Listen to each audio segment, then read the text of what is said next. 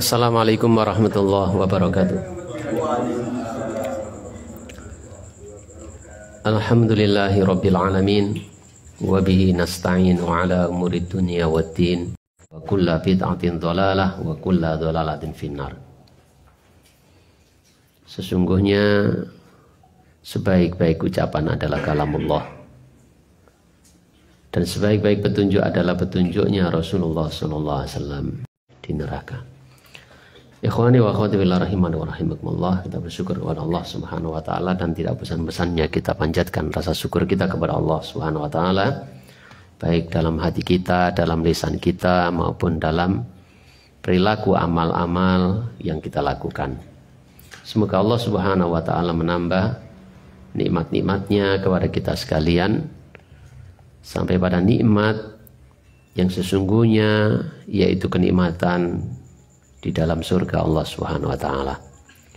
Ikhwani wa akhwati fillah rahimani wa rahimakumullah.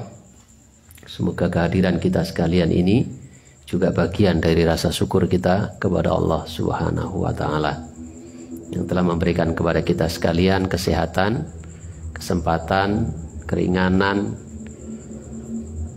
dan segala kemudahan sehingga kita bisa hadir di tempat ini untuk meneruskan ngaji kita, membaca hadis-hadis Rasulullah Shallallahu Alaihi Wasallam yang semoga memberikan manfaat kepada kita, manfaat dunia dan akhirat, manfaat untuk diri kita, keluarga kita dan juga orang-orang yang ada di sekitar kita.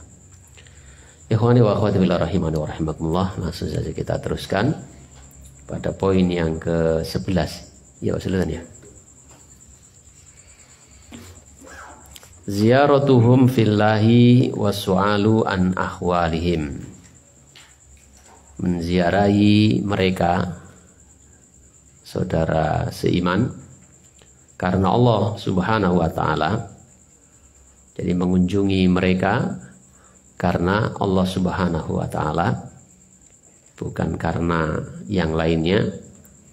Wasu'alu an ahwalihim, dan bertanya tentang keadaan mereka.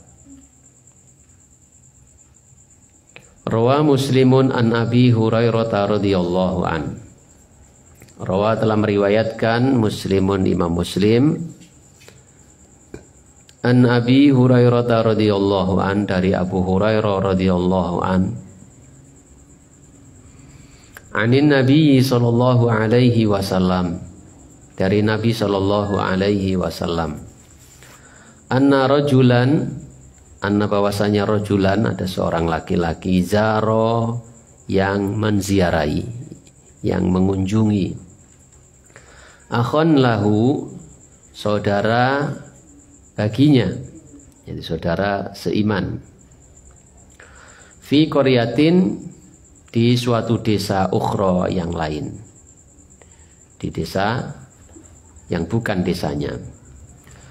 Fa arsadallahu lahu ala madrajatihi malakan.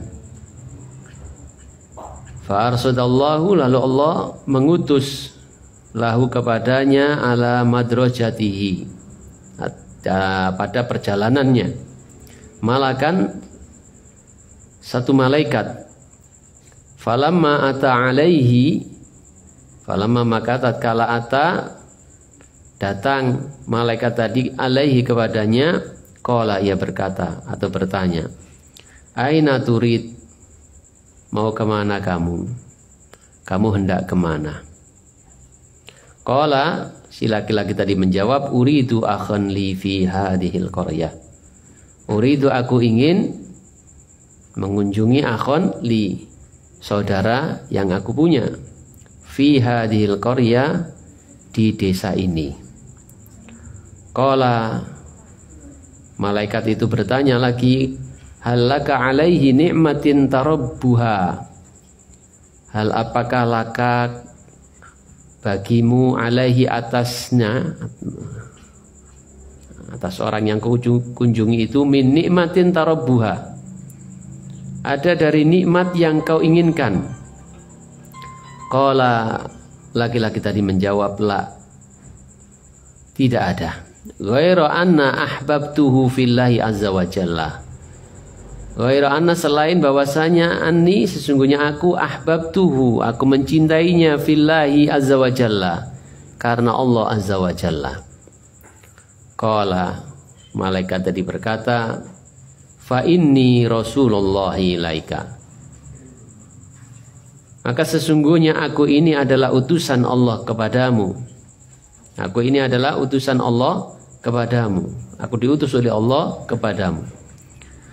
Bi anna Allah, bahwasanya Allah qad ahabbaka, benar-benar telah mencintaimu, kama ahbabtahu fihi, kama sebagaimana ahbabtahu engkau telah mencintainya fihi,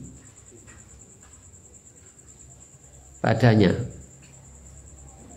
atau karenanya, karena Allah Subhanahu wa taala. Ikhwani wa akhwati fillah rahimani wa rahimakumullah. Hadis ini dibawakan oleh penulis dalam judul menziarahi saudara seiman karena Allah dan peduli kepada mereka dengan bertanya tentang keadaan mereka, untuk mengetahui keadaan mereka.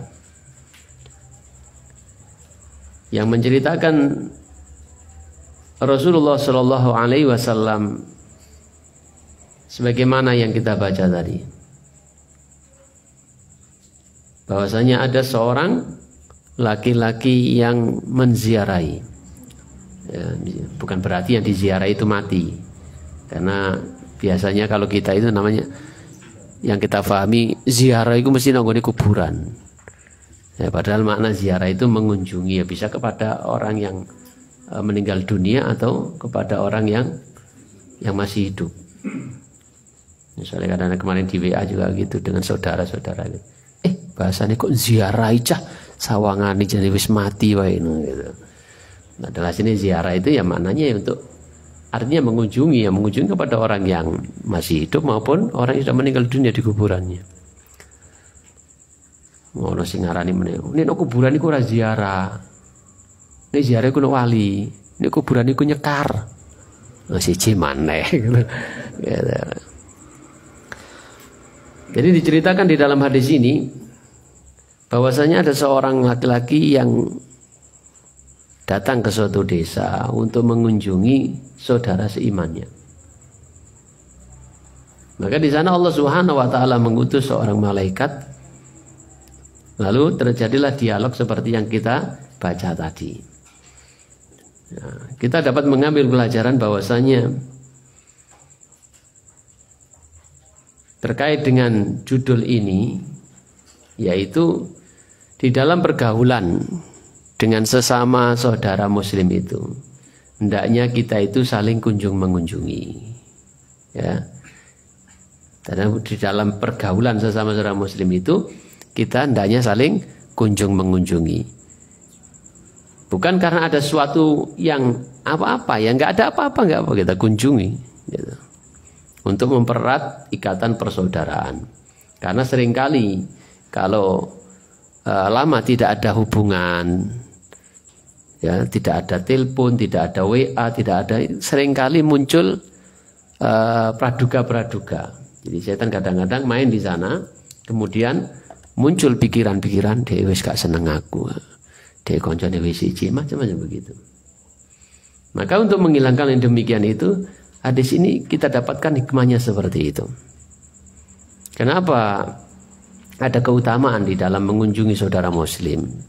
Selain ini adalah sebagai bentuk bagaimana hubungan antara muslim yang satu dengan muslim yang lain dalam rangka untuk mempererat hubungan persaudaraan itu dilakukan dengan saling mengunjungi, tanpa harus ada keinginan-keinginan untuk mendapatkan keuntungan. Ya semata-mata karena Allah, sebagaimana yang disampaikan oleh laki-laki ini. Dan di sini juga kita mendapatkan pelajaran bahwasanya setiap amal itu akan membuahkan hasil yang baik sesuai dengan niatan yang baik. Kalau niatannya karena Allah di dalam melakukan suatu amal, semisal mengunjungi ini karena Allah, maka dia akan mendapatkan kebaikan seperti yang dia lakukan. Ya, al-jaza min jinsil amal. Balasan itu sesuai dengan jenis atau macam amal itu. Allah akan berikan kebaikan kepadanya karena dia mencintai saudaranya yang dinampakkan dengan mengunjunginya sebagai bentuk cintanya kepadanya. Karena cinta itu butuh pengorbanan, butuh bukti, tidak sekedar kata-kata. Aku mencintaimu, belalah dadaku. Ketika mau dibelah nggak mau gitu. Tapi butuh bukti. Nah, di antara bukti cintanya itu dia mengunjungi saudaranya semata-mata karena dorongan cinta sebagai sesama mukmin. Maka Allah Subhanahu wa taala membalas dengan mencintainya. Jadi amal yang ikhlas adalah amal yang diterima. Dan ikhlas itu adalah perbuatan hati. Ya, keinginan, niatan, maksud itu semua ada di dalam hati. Kalau niatnya dia datang kepada saudaranya, mengunjungi saudaranya, pengen tahu keadaannya karena dorongan cinta, bukan karena ingin mendapatkan keuntungan duniawi, maka ini adalah amal yang benar. Ya, karena Allah Subhanahu wa taala merintahkan kepada kita agar saling mencintai. Maka dan Allah akan membalas dengan mencintainya. Al-jaza min jinsil amal.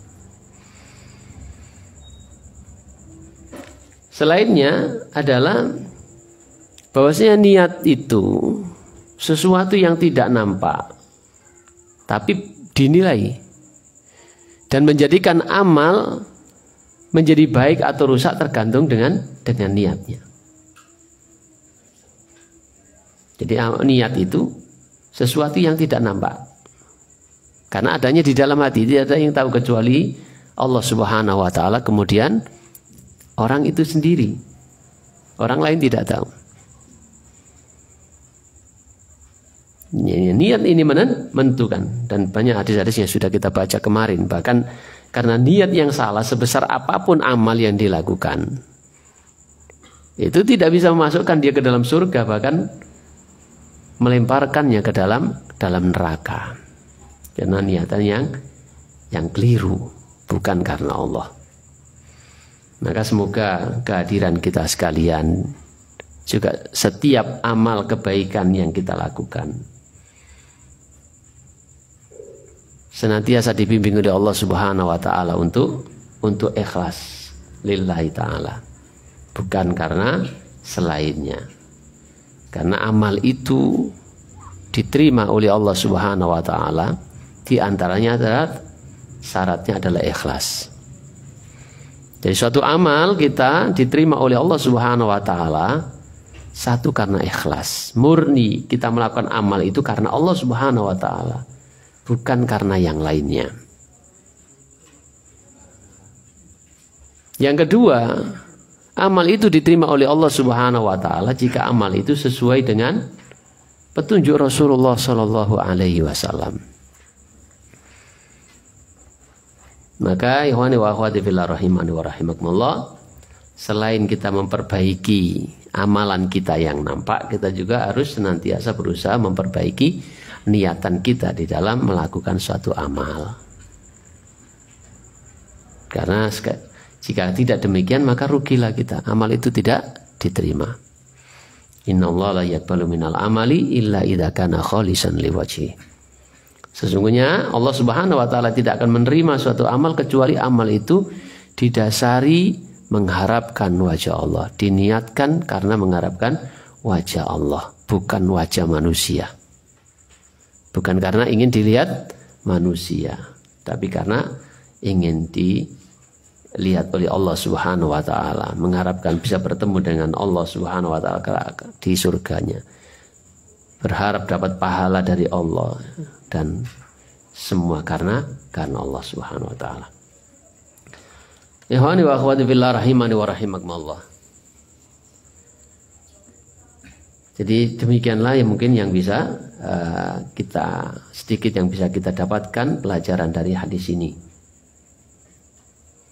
Ya, satu mungkin kalau kita mau tulis sebagai bentuk bermuamalah dengan sesama saudara mukmin itu adalah diantaranya dengan saling kunjung mengunjungi. Yang kedua, bahwasanya setiap mukmin satu dengan mukmin yang lainnya itu harus saling cinta mencintai.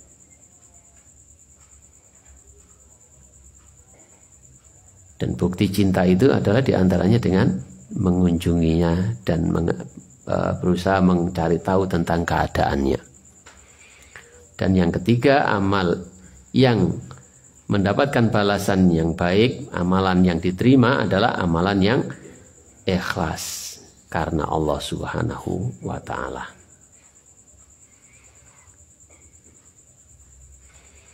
Selanjutnya mu'allif membawakan hadis yang lain yang diriwayatkan oleh Imam Ahmad wa sahhahu al-Hafidz Ibnu Hajar. Rawa Ahmadun wa sahhahu al-Hafidz Ibnu Hajarin an Mu'ad bin Jabalin radhiyallahu an. Imam Ahmad meriwayatkan dan Al-Hafidz Ibnu Hajar mensahihkan dari Mu'ad bin Jabal radhiyallahu anhu faqala. Lalu dia berkata, sami'tu Rasulullah sallallahu alaihi wasallam. Sami'tu, aku pernah mendengar, kata Mu'ad bin Jabal. Faqala, maka Mu'ad bin Jabal berkata, sami'tu, aku pernah mendengar Rasulullah sallallahu alaihi wasallam. Rasulullah sallallahu alaihi wasallam yahki an rabbihi, meriwayatkan dari Tuhannya. Azza wa Jalla yaqulu, di mana Allah Azza wa Jalla berfirman, haqqat mahabbati lil mutahabbina fi wa haqqat mahabbati lil mutabadilina fi wa haqqat mahabbati lil mutazawirina fi. Jadi aku pernah mendengar Rasulullah SAW meriwayatkan dari Tuhannya Azza wa Jalla yaqulu, Allah Azza wa Jalla berfirman, haqqat mahabbati, berhak untuk mendapatkan mahabbati, cintaku, atau layak cintaku, lil mutahabina, untuk orang-orang yang mencintai, fihi, karena aku, wa haqqat mahabbati, dan layak cintaku, lil mutabadilina fi, bagi orang-orang yang saling memberi karena aku, wa haqqat mahabbati lil mutazawirina fi, wa haqqat, dan berhak atau layak mahabbati, untuk mendapatkan cintaku, lil mutazawirina fi, bagi orang-orang yang saling menziarahi karena aku. Hadis yang kedua ini juga menunjukkan keutamaan orang-orang mukmin dengan mukmin yang lainnya saling menziarahi. Jadi keutamaan orang-orang yang saling menziarahi dengan saudaranya akan mendapatkan cintanya Allah Subhanahu wa ta'ala. Dan cintanya Allah Subhanahu wa ta'ala ini tentu tidak bisa disamakan dengan cintanya selainnya. Cintanya ibu kita, cintanya istri kita, cintanya anak kita, dan cintanya bapak kita, dan seterusnya. Ya, tidak bisa disamakan dengan cintanya. Cintanya Allah Subhanahu wa ta'ala cinta yang maha, cinta yang luar biasa, cinta yang tidak tertandingi, cinta yang sangat luas. Yang satu saja rasa cintanya ditaruh di dunia, maka penduduk bumi saling mencintai. Satu saja cinta Allah Subhanahu wa ta'ala diturunkan di bumi, maka semua penduduk bumi saling mencintai. Binatang buas mencintai anaknya. Ya. Dan demikian pula manusia saling mencintai dan sebagainya. Cinta yang berbeda dengan cinta makhluknya. Maka cinta yang demikian ini sungguh sangat layak untuk kita kejar, untuk kita cari-cari untuk mendapatkannya. Dan di antara hal yang diberitakan oleh Rasulullah SAW, sebagaimana yang beliau riwayatkan dari Allah Subhanahu Wa Taala, bahwasanya Allah Subhanahu Wa Taala berikan cintanya kepada orang-orang yang saling mencintai. Orang-orang yang saling mencintai. Cinta karena Allah Subhanahu Wa Taala. Antara mukmin yang satu dengan mukmin yang lain saling mencintai. Karena keimanan mereka kita mencintai. Karena amalia mereka di dalam agama ini kita mencintainya. Bukan cinta karena nafsu, bukan cinta karena kepentingan duniawi, bukan cinta karena suku, bukan cinta karena golongan, bukan cinta karena organisasi dan sebagainya, tapi cinta karena Allah Subhanahu Wa Taala. Kita mencintai saudara mukmin kita karena dia beriman kepada Allah Subhanahu Wa Taala, dan tidak ada keinginan untuk mendapatkan balasan darinya kecuali balasan dari Allah Subhanahu Wa Taala. Cinta karena Allah Subhanahu Wa Taala, dan Allah Subhanahu Wa Taala akan memberikan cintanya kepada kita. Demikian pula di antara jalan untuk mendapatkan cintanya Allah Subhanahu Wa Taala adalah saling memberi di antara kita kaum mukminin. Karena Allah juga, bukan karena ingin mendapatkan balasannya, ingin ini dan sebagainya, tapi karena ingin balasan dari Allah Subhanahu Wa Taala saja, cukup sudah.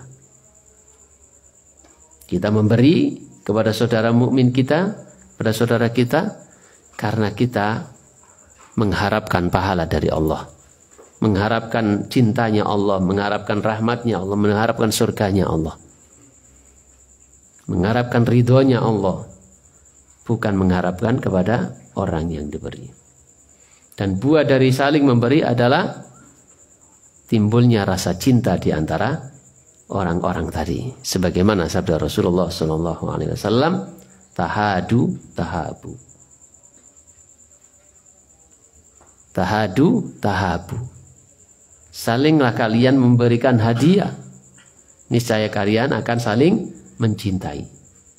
Ini adalah buah dari menjalankan apa yang diperintahkan dalam agama, yaitu kita saling memberi. Tapi sekali lagi ini karena Allah Subhanahu Wa Taala, bukan karena selainnya. Kita memberi dia karena kita diberi, bukan karena begitu. Walaupun perkara itu layak kita lakukan, tapi bukan sesuatu yang istimewa.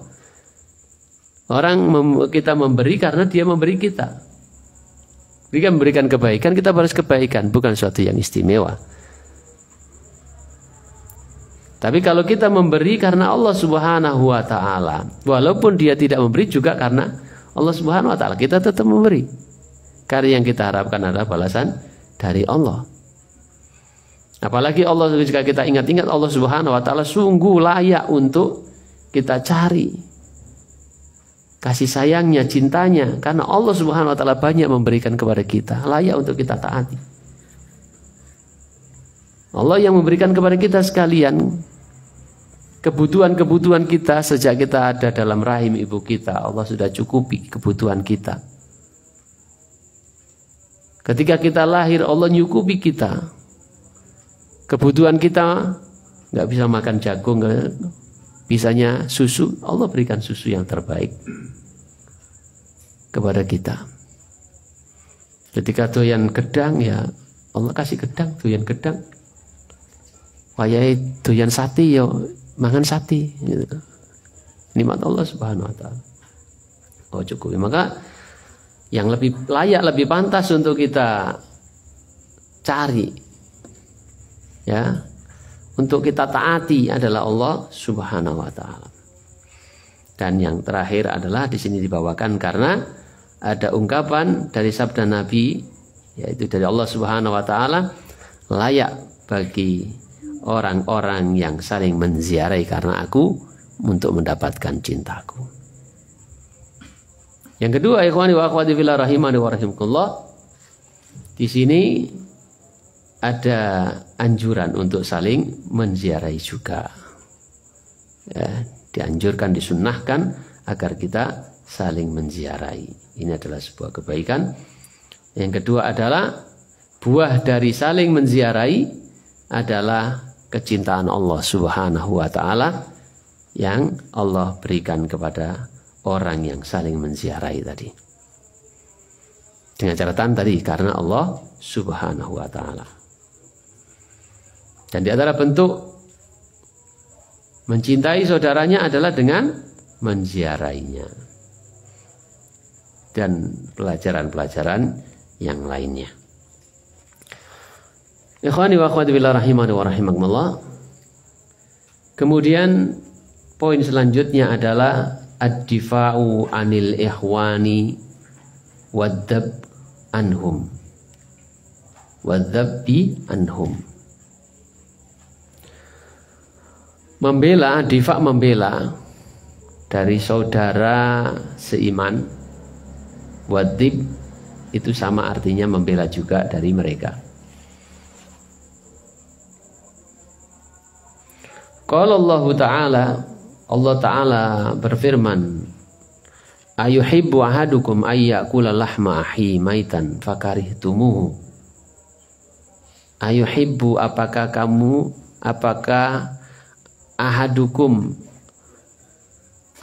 salah satu dari kalian, ayuhibbu, apakah suka salah satu daripada kalian itu ayyakula lahma ahi, ayyakula makan lahma ahi, daging saudaranya, maitan yang mati, fakarihtumuhu, maka tentu kalian semua akan benci, tidak suka untuk makan daging saudaranya yang telah meninggal dunia. Ini adalah celaan kepada orang-orang yang menggibai saudaranya. Orang yang menggibai saudaranya, ngomongi perkara-perkara yang jika didengar oleh orang yang diomongi dia nggak suka. Itu adalah ghibah. Sebagaimana dijelaskan oleh Rasulullah Shallallahu Alaihi Wasallam. Engkau berbicara tentang si A, yang mana jika dia mendengar dia tidak akan suka. Lalu ada sahabat yang bertanya, bagaimana kalau yang kita omongkan itu benar, wahai Rasulullah? Rasulullah SAW menjawab, jika yang kamu omongkan benar, ada padanya, kamu telah menggibainya. Namun jika yang kamu omongkan tidak benar, tidak sesuai dengan kenyataan, maka kau telah menfitnahnya. Jadi membicarakan perkara-perkara yang orang yang dibicarakan itu tidak suka, itu adalah definisi dari ghibah. Itu adalah ghibah, masuk kategori ghibah.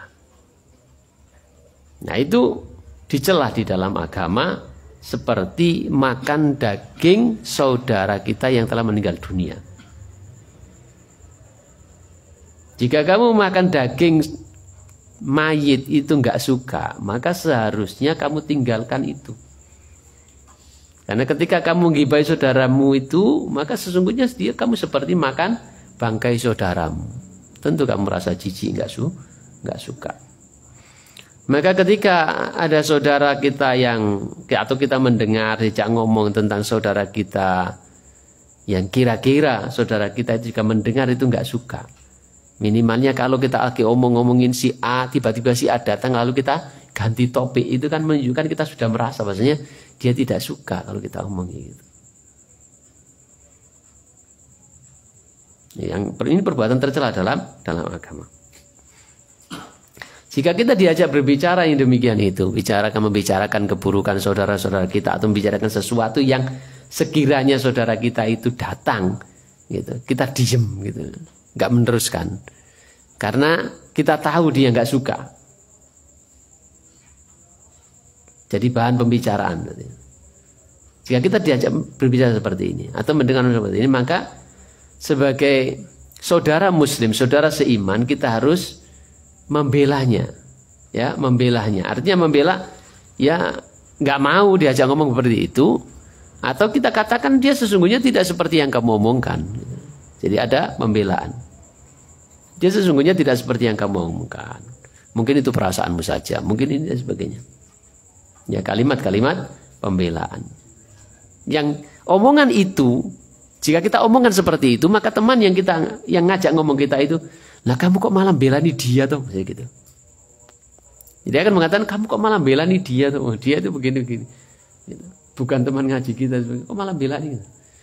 Ya orang belani, ini adalah membela kehormatan seorang mukmin, saudara kita. Gitu. Dia saudara kita, saudara seiman, walaupun bukan saudara sengaji, gitu. Karena ada saudara ngaji. Ya. Kalau sesama ngaji itu kadang-kadang dipanggil akhi. Ya kita itu kadang-kadang begitu. Kalau sesama teman-teman ngaji kita panggil akhi, panggil ukhti. Lalu ketika dia tidak ngaji panggil pak, panggil mas. Itu yang saya alami. Gitu. Saya bisa mengatakan seperti itu karena saya merasakan. Gitu. Jadi dulu kita liko dengan teman-teman itu, liko di ya, teman-teman jamaat Allah gitu. Lalu kemudian kita ngaji seperti ini, nggak aktif dengan ngaji dengan mereka. Itu tiba-tiba ketemu ngomongnya sudah nggak akhi-akhi gitu. Ya celuk Pak Abun gitu. Teman kita yang satunya yang juga sama nasibnya kayak saya dipanggil Mas. Panggil Mas yang jualan. Itu paling ketemunya di STMJ gitu. Dia teman kita itu jualan STMJ. Dia dipanggil Mas. Ini karena itu saudara sengaji gitu. Nah, saudara sengaji itu tidak ada apa-apanya dibandingkan saudara seiman. Dan ini juga dalam rangka untuk menolong saudara ngaji kita juga. Ya katakan kalau saudara ngaji kita yang ngomongin itu, kita juga menolong dia agar dia tidak makan daging saudaranya terus. Ya, dia benci. Ya. Jadi ingat dulu pernah diceritain siapa begitu. Ada kiai di Ngaglik dulu itu setiap kali ada murid-muridnya ngajinya dia ngomong sama Pak Yai. Pak Yai jenengan ini kalau diomongin ngene-ngene, ora sampean salah krungu. Jawabane ngono tok. Tadi suwe-suwe gitu, lama-lama orang nggak mau gitu ngomongin orang lain di hadapan beliau karena beliau jawabannya seperti itu. Awakmu sing salah krungu. Wis aja diterusno nambah dosa gitu. Nah, ini yang kadang-kadang perlu kita latih, perlu kita biasakan. Seringkali kita ini bisa meninggalkan perkara-perkara maksiat, berzina, mencuri, minum khamr, berjudi, bahkan melakukan syirik bid'ah, kita bisa selamat. Tapi seringkali kita tidak selamat ngomongin saudara kita. Betul-betul ini perkara yang sulit, bukan gampang gitu. Bukan gampang. Jadi penyakit kiai, penyakit ustadz itu ternyata ya ini gitu. Ngomongin ustadz yang lainnya, ngomongin kiai yang lainnya. Seperti ini. Belum lagi kalau ada laporan murid-muridnya. Ini lu nggak tahu ngaji gini kayak iya toh. Ini apa? Ini terus saya bablas gitu. Walaupun juga di masjid gitu. Nah, ini perkara yang perlu kita memohon pertolongan kepada Allah Subhanahu wa taala karena apalah daya kita dan kita terus berusaha untuk menjaga agar tidak membicarakan saudara kita. Ketika ada saudara kita yang membicarakan saudara kita muslim yang lainnya, maka kita berusaha untuk menolongnya. Ya, menolongnya karena dia seorang muslim.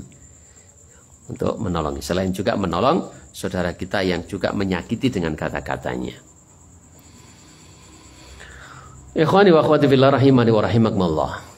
Imam Tirmidzi meriwayatkan, rawat Tirmidzi wa hasanahu an Abi Darda, dan beliau menilai hadis ini hasan dari Abu Darda radhiyallahu anhu anin Nabi sallallahu alaihi wasallam qol. Dari Nabi sallallahu alaihi wasallam qala, beliau bersabda, man radda an irdi ahihi, man barang siapa radda an irdi akhihi, radda menolak atau membela dari kehormatan saudaranya. Barang siapa yang membela kehormatan saudaranya, raddallahu an wajihin nar yaumal qiyamah, Allah akan melindungi wajahnya dari api neraka. Dan siapa yang membela kehormatan saudara muslimnya, maka Allah akan melindungi dari wajahnya api neraka yaumal qiyamati, kelak pada hari kiamat. Jadi setiap kebaikan Allah pasti balas. Ya, seperti kebaikan ini, membela kehormatan saudaranya, Allah balas dengan selamatkan kita dari api neraka kelak di akhirat. Jadi ada keutamaan untuk membela kehormatan saudaranya, baik yang didolimi maupun yang berbuat dolim. Jadi belalah, tolonglah saudaramu yang berbuat dolim dan yang didolimi. Bagaimana membela orang yang berbuat dolim? Kalau yang didolimi ya layak dibela. Bagaimana membela orang yang berbuat dolim? Ya cegah kedolimannya, yang mencegah dari berbuat dolim. Makanya saya katakan tadi, ketika ada orang yang membicarakan menjelek-jelekan kehormatan saudara seiman kita, kita bela, kita tolak. Ini menyelamatkan dua-duanya, menyelamatkan orang yang didolimi dan menyelamatkan orang yang berbuat dolim dari terus-menerus berbuat dolim. Dan ini adalah bentuk pergaulan sesama orang yang beriman, membela kehormatan mereka. Kemudian poin yang ke-13 adalah satru uyubis sadiqi wa idharul jamil. Satrul uyub, menutup aib-aibnya as-sadiq, teman atau saudara seiman, wa idharul jamil, dan menampakkan keindahannya, menampakkan yang indah-indah dari dirinya. Jadi selain menutup aib-aibnya, kita juga menunjukkan akan kebaikan-kebaikan dirinya. Rawal Bukhari an Anasin radhiyallahu an. Imam Bukhari meriwayatkan dari Anas bin Malik radhiyallahu an, anin Nabi sallallahu alaihi wasallam.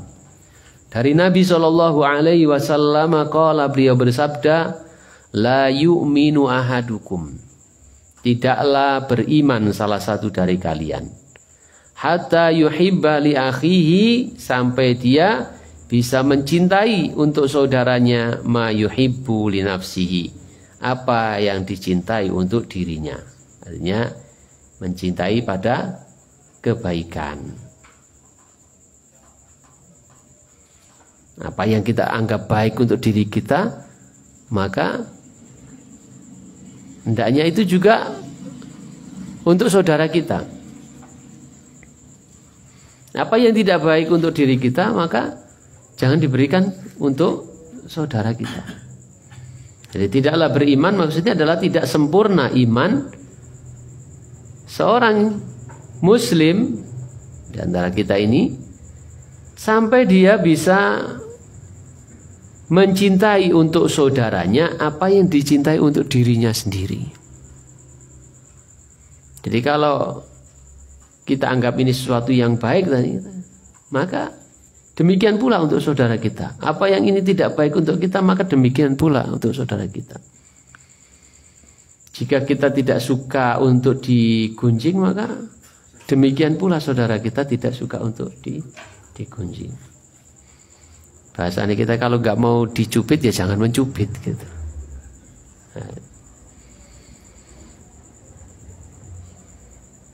Ikhwani wa akhwati fillah rahimani wa rahimakumullah. Jadi demikianlah pergaulan antar sesama orang yang beriman. Kita menutup aib-aibnya karena kita tidak suka aib kita dibuka. Maka demikian pula saudara kita, jangan kita buka. Apa yang kita anggap baik untuk diri kita, yaitu tidak terbukanya aib, maka demikian pula untuk saudara kita itu. Kita suka kebaikan-kebaikan kita lebih dinampakkan daripada keburukan-keburukan kita, maka demikian pula saudara kita. Kita ingin orang lain itu membela, menunjukkan kebaikan-kebaikan kita daripada menunjukkan keburukan-keburukan kita, maka demikian pula saudara seiman kita. Dan itu dikaitkan dengan kesempurnaan iman kita. Maka kita bisa mengaca. Ya, kita bisa mengaca. Kalau kita masih menganggap kebaikan itu untuk saudara kita tidak seperti kebaikan untuk kita, ya, berarti iman kita perlu diperbaiki. Ya, perlu diperbaiki. Ikhwani wa akhwati fillah rahimani wa rahimakumullah, mungkin demikian yang bisa kita pelajari bersama. Mudah-mudahan pada pertemuan berikutnya bisa kita lanjutkan apa yang telah kita pelajari. Semoga bermanfaat untuk kita semua dan semoga Allah Subhanahu wa taala memberikan pertolongannya kepada kita untuk memperbaiki amal-amal kita dan menjaga kita dari hal-hal yang telah kita ketahui dilarang dalam agama. Subhanakallahumma wa bihamdika asyhadu an la ilaha illa anta astaghfiruka wa atubu ilaik. Assalamualaikum warahmatullahi wabarakatuh.